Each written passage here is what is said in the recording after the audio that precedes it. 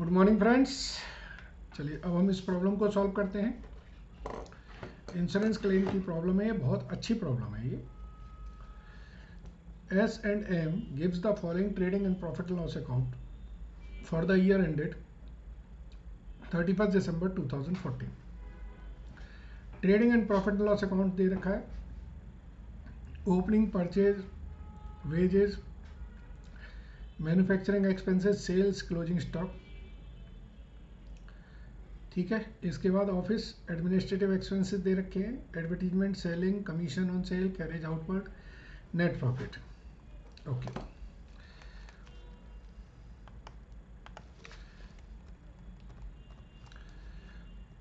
ये आपकी gross profit की टोटल है। The company had taken out policy both against loss of stock and against loss of profit, the amount being ₹80,000 and 1,70,000। मतलब loss of stock की आपकी 80,000 की policy है और लॉस ऑफ प्रॉफिट की 1,72,000 की है।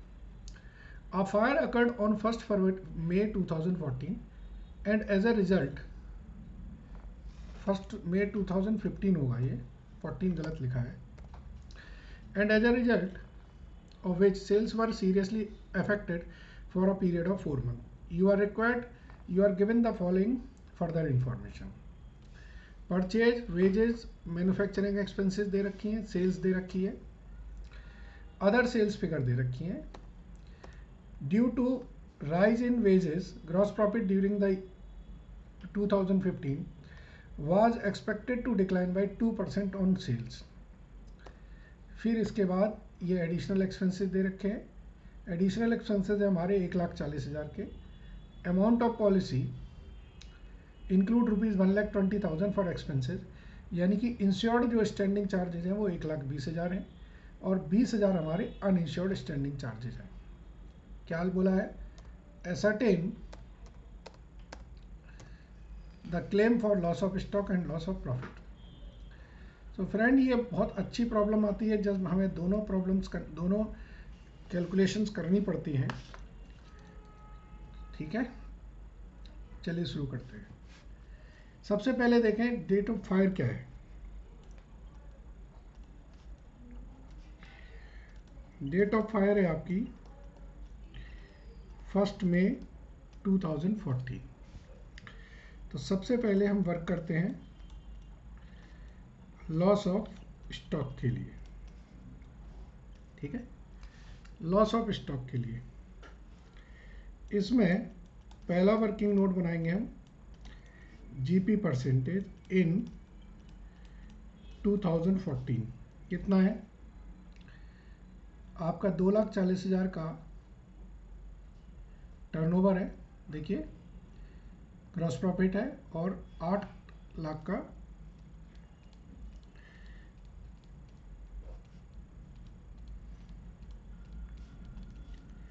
ये हो गया आपका 30%। सो जीपी परसेंटेज फॉर 2015 क्या होगा?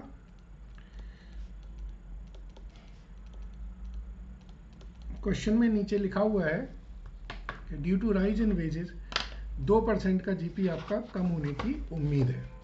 ठीक है जी, चलिए अब आगे बढ़े।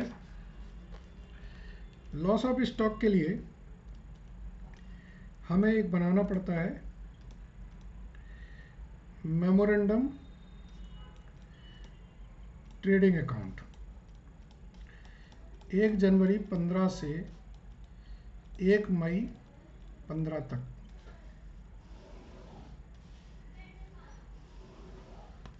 ठीक है,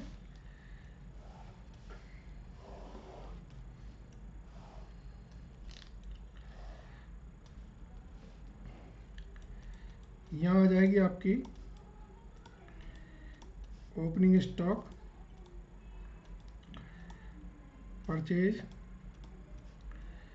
यहाँ आ जाएगी आपकी सेल।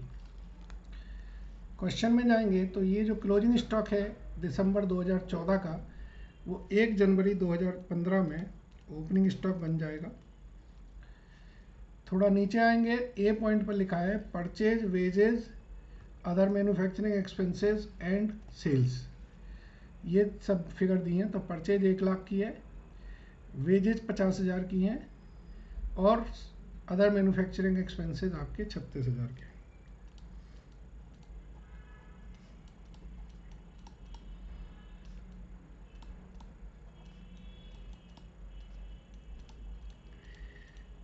एक लाख 50,000 36,000। इसी पीरियड की सेल उन्होंने बताया है कि 2,40,000 की।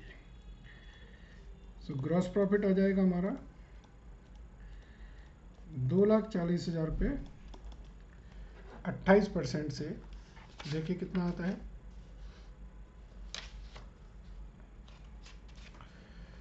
2,40,000 पे 28% से ये आता है 67,200। इसका टोटल करें, ये आएगा 3,23,200, 3,23,200। तो ये जो बैलेंसिंग फिगर आएगी 83,200, ये हम आएगी स्टॉक लॉस्ट। हमारा स्टॉक लॉस्ट इतना हुआ है। ठीक है,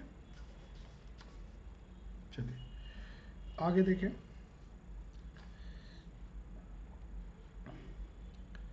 इसमें कोई स्टॉक बचा है? सेव स्टॉक सैलवेज तो कहीं दिख नहीं रहा। ठीक है, सो claim for loss of stock, gross stock lost है मेरा 83,200। स्टॉक सैलवेज्ड नील है, तो नेट स्टॉक लॉस्ट है 83,200। पॉलिसी अमाउंट 80,000 की है। सो क्लेम फॉर स्टॉक रिस्ट्रिक्ट करेगा 80,000 तक, पॉलिसी अमाउंट से ज़्यादा नहीं काम करेगा। ठीक है, चलिए अब हम आगे बढ़ते हैं। बी निकालना है हमें, loss of profit. Loss of profit में सबसे पहले निकालेंगे हम जीपी परसेंटेज। तो जीपी परसेंटेज होता है net profit insured standing charges upon turnover. Net profit देखिए आपके ट्रेडिंग पीएल में दिया है 56,000। इंश्योर्ड स्टैंडिंग चार्जेस के लिए आपको थोड़ा सा नीचे आना पड़ेगा, ई पॉइंट पढ़ना पड़ेगा, जहाँ पर लिखा है टोटल एक्सपेंडिचर आपके 140 है, जिसमें से पॉलिसी में 1,20,000 के कवर्ड हुए हैं अपॉन 8 लाख, ये आता है 22%।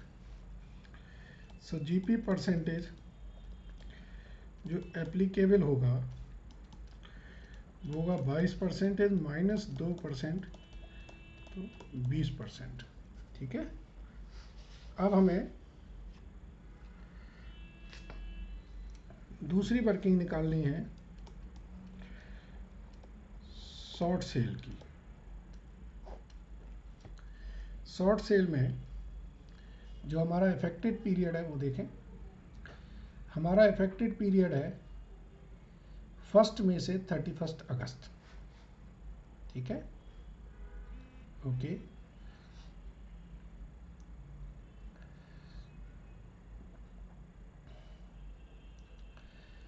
चलिए दूसरी वर्किंग हम शॉर्ट सेल की जगह पहले ट्रेंड की निकाल लेते हैं। सेल इन जनवरी 15 टू अप्रैल 15, वो कितनी हुई है? 2,40,000। ये देखिए, ठीक है। सेल इन जनवरी 14 से अप्रैल 14, ये कितनी है? 3 लाख। गौर से देख लो, ये पहली लाइन पे दे रखी है 3 लाख। इसका मतलब क्या है कि जो इस साल सेल थी वो डाउनवर्ड ट्रेंड पे थी। That is sale in 2015 was 20% downward थी, ठीक है। ये हमने ट्रेंड निकाल दिया, जरूरी था।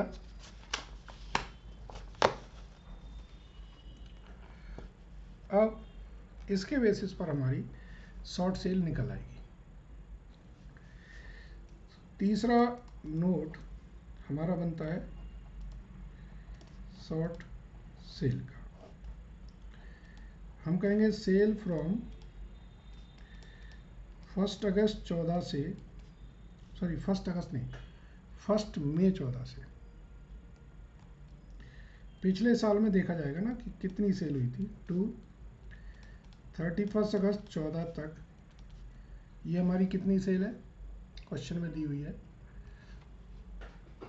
ये है 3,60,000। इसमें से 20% डाउनवर्ड ट्रेंड चल रहा है, तो ये आई हमारी जो सेल इस साल होनी चाहिए थी। एक्चुअल सेल कितनी है? एक्चुअल सेल क्वेश्चन में दी हुई है 60,000 की है उस पीरियड में एक्चुअल सेल। सो बेसिकली आपने ड्यू टू फायर आपकी 2,28,000 की शॉर्ट सेल हुई है, ठीक है। चलिए अब चौथा वर्किंग नोट निकालते हैं हम लोग। AAT मतलब turnover up to date of fire, that is turnover from 1 मई 2014 से 30 अप्रैल 2015 तक। सो टर्नओवर फ्रॉम 1 जनवरी 14 से 31 दिसंबर 14 का टोटल टर्नओवर 8 लाख है। इसमें से माइनस कर दीजिए टर्नओवर फ्रॉम 1 जनवरी 14 से 30 अप्रैल 14 का 3 लाख। ये टर्नओवर आया हमारा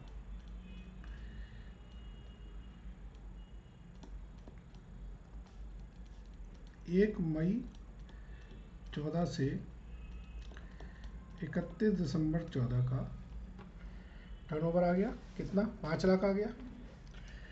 2015 में 20% का डाउनवर्ड ट्रेंड था, 1 लाख और कम कर दीजिए। तो अब ये ट्रेंड के बाद का टर्नओवर आ गया। ऐड कर दें इसमें टर्नओवर 1 जनवरी 15 से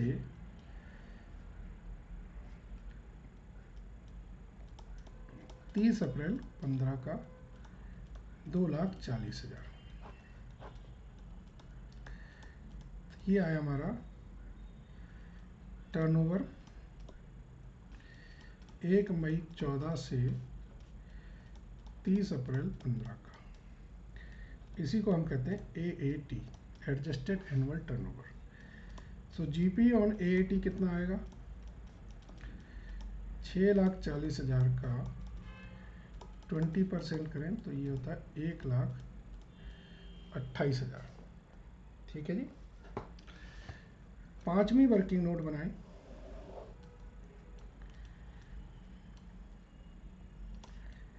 claim for additional expenses. Claim for additional expenses ये होते हैं list of following. Number 1 actual expenses. Actual expenses हैं आपके 1,40,000। दूसरा है gross profit on additional sale. 60,000 की सेल हुई है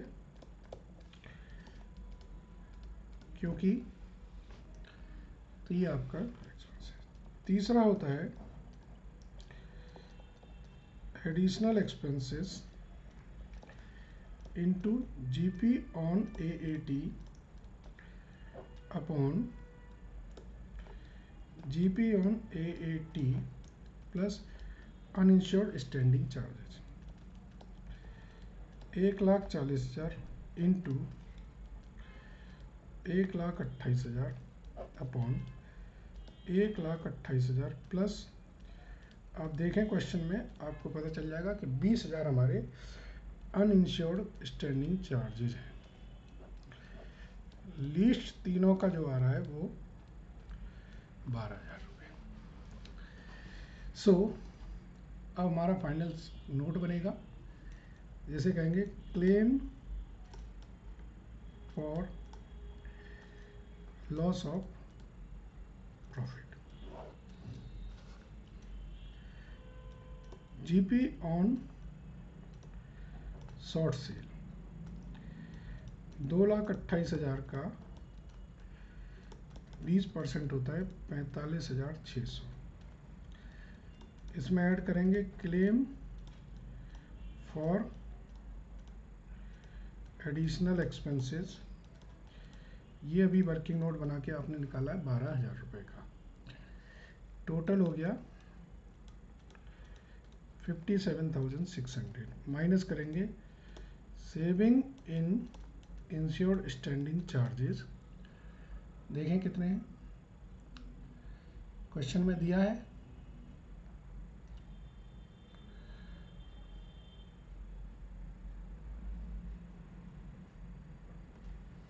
कहीं भी नहीं दिया saving in insured standing charges. Okay,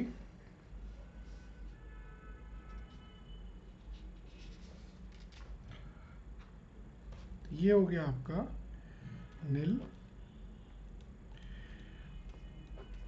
ये होगा क्लेम।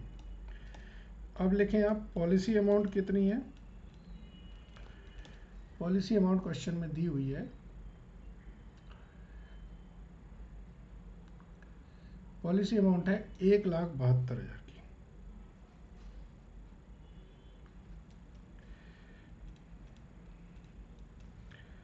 और जीपी ऑन एएटी कितना है